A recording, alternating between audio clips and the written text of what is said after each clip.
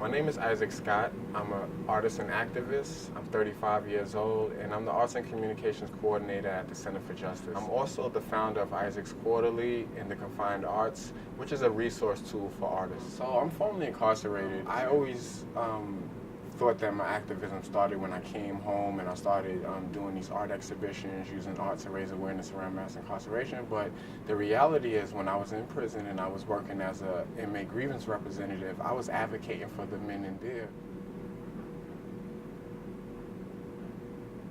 And I kind of got introduced to folks who were in the field of advocacy and prison reform and things like that. So I tried to find my lane, and what I found, years later, is that my lane is using the arts to do the work.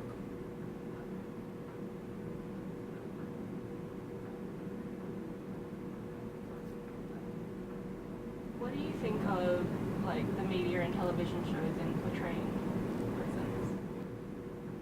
I think the media does a horrible job depicting folks' prison life and people in prison. So I'm working on a project right now called From the Inside Out, and what it is a 24-month-long artistic response to stereotypical mainstream media representations of prison life and people in prison. And this is important because if you've never been to prison and you don't know anybody who's been to prison and you haven't had any direct contact with anybody who's been incarcerated, you really have no perception to form around them other than one that's predefined for you. And where do we get our predefined perceptions from? We get them from media. And this is damaging because it's misrepresentative. It doesn't depict the right sort of characteristics that it should depict. It doesn't highlight any of the good that's being done in prison.